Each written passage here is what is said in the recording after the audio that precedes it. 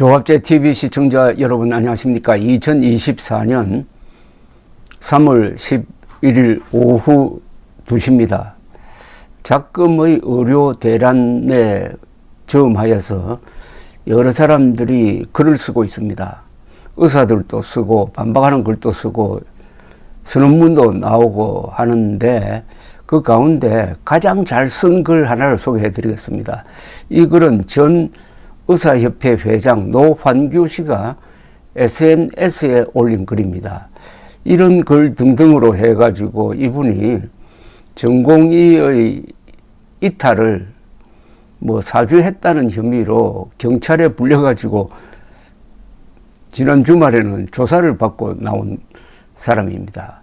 노환규 전 의사협회 회장의 글을 제가 읽어드리는 이유는 이게 지금 진행 중인 의료 갈등의 본질을 꿰뚫고 있기 때문입니다. 의사를 악마로 몰고 간 대통령의 한마디. 대통령은 이 말을 하지 말았어야 했다. 제목입니다. 의사를 악마로 몰고 간 대통령의 한마디. 대통령은 이 말을 하지 말았어야 했다. 2024년 2월 6일 정부가 갑자기 2025년부터 의과대학 입학 정원을 기존의 3,058명에서 2,000명 증가한 5,058명으로 정원한다는 발표를 했다. 2,000명 정원은 한 해에 의과대학 입학 정원의 65%에 해당하는 것이어서 충격적인 발표였다. 참고로 대한민국의 의사 수는 OECD 평균에 못 미치지만 미국, 일본과 비슷한 수준이며 OECD 국가 중에서 의사 수가 가장 빠르게 증가하고 있어 의사 증가율이 1위인 나라다. 의료계는 적어도 지난 1년 동안 정부와 28번 만남을 가지면서 의대 정원의 불합리성과 의대 정원이 의료의 발전이 아닌 퇴보를 초래하는 문제점에 대해 지속적으로 강조하며 반대해왔다. 따라서 정부의 갑작스러운 대규모 정원 발표는 의료계에 큰 충격을 가지고 왔으며 특히 미래의 의료 환경에 대해 가장 크게 영향을 받는 젊은 의사들과 의대생들이 가장 강력히 반발했다. 미래의 희망을 잃은 전공의들은 사직서를 제출했고 의대생들은 휴학계를 제출했다. 갑작스러운 의대 정원 정책은 의료계에 악영향을 초래할 뿐 아니라 이공계의 공동화를 가져오고 미래의 젊은 세대들에게 막대한 경제적 부담을 지우는 망국적 정책이기에 나는 전공의들이 개인적인 희생을 담보하고 벌이는 투쟁을 지지하고 응원했다.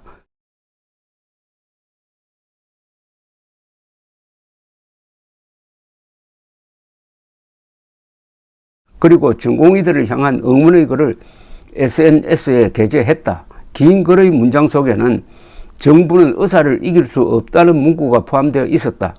의사들이 자신의 이익을 위해 투쟁하는 것이 아닌 정부의 잘못된 정책을 저지하기 위해 투쟁하는 것이므로 진실이 승리할 것이라는 의미였다.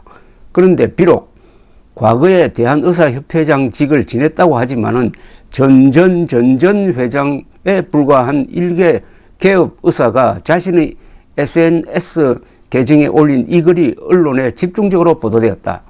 앞뒤 말 모두 자르고 바로 정부는 의사를 이길 수 없다라는 단 한 문장만 발췌되어 보도된 것이다.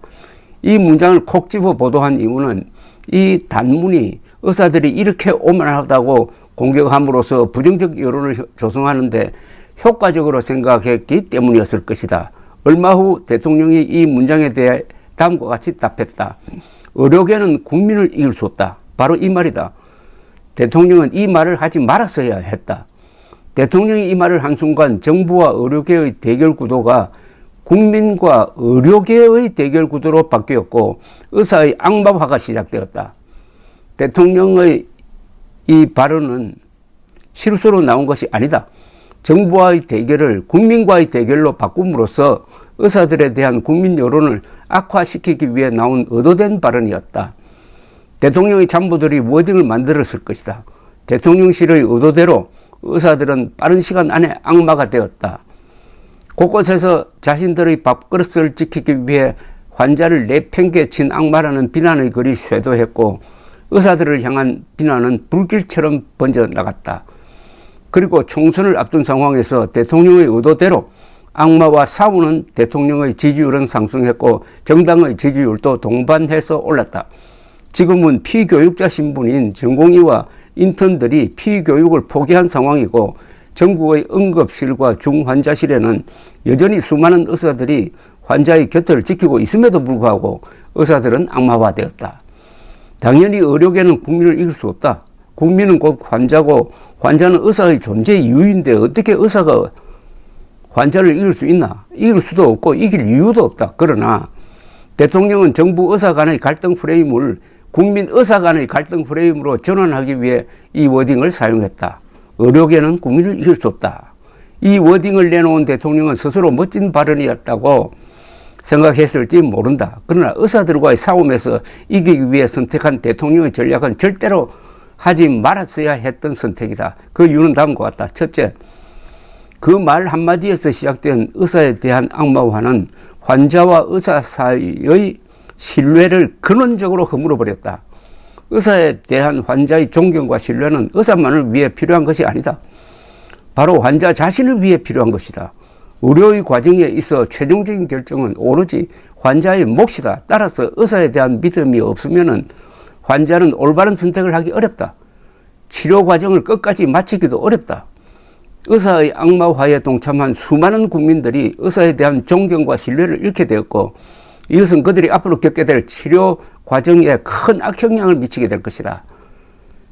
국민과 의사의 대결 구도로 몰고 간 대통령에게 책임이 있다. 둘째, 그 발언으로 인해 졸지에 국민으로부터 악마로 불리게 된 의사들은 사명감과 자존감, 희망을 모두 잃었다. 이것은 세대와 무관하게 모든 의사들에게 해당되는 일이고 크나큰 상실과 상처를 남기게 되었다. 필수 의료 분야의 의사가 된다는 것은 개인의 희생 없이 불가능한 일이다. 그리고 개인의 희생을 감수하는 마음은 사명감에서 출발한다. 사명감을 잃은 의사들은 더 이상 개인의 삶을 희생할 이유가 없다. 그들은 그들이 지금까지 사명감으로 지켜왔던 환자의 곁을 더 이상 같은 마음으로 지키지 않을 것이다.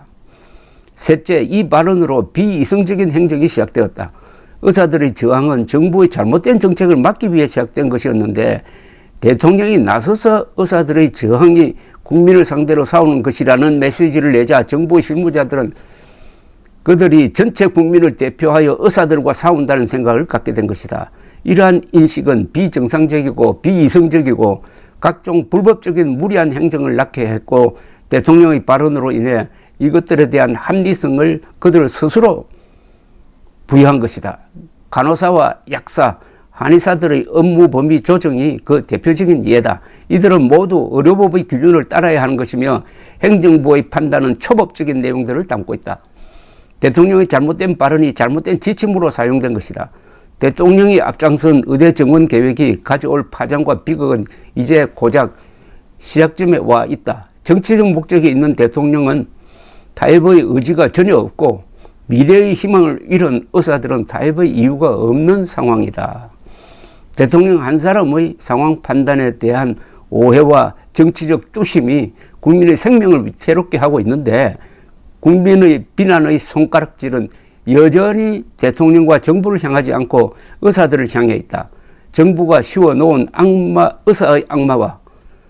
의사의 악마와 프레임 때문이다. 그런데 손가락의 방향이 언제까지 의사들만을 향해 있을까? 이건 예언적이네요.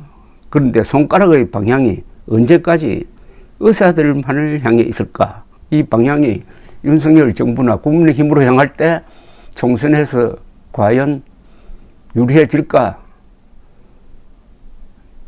그 상황을 넘어서 윤석열 발 의료 대란으로 기록될 이 사태가 윤석열 대통령의 치적으로 기록될 것이냐 아니면 재앙으로 기록될 것이냐 하는 물음을 던지고 있습니다. 그런데 손가락의 방향이 언제까지 의사들만을 향해 있을까? 감사합니다.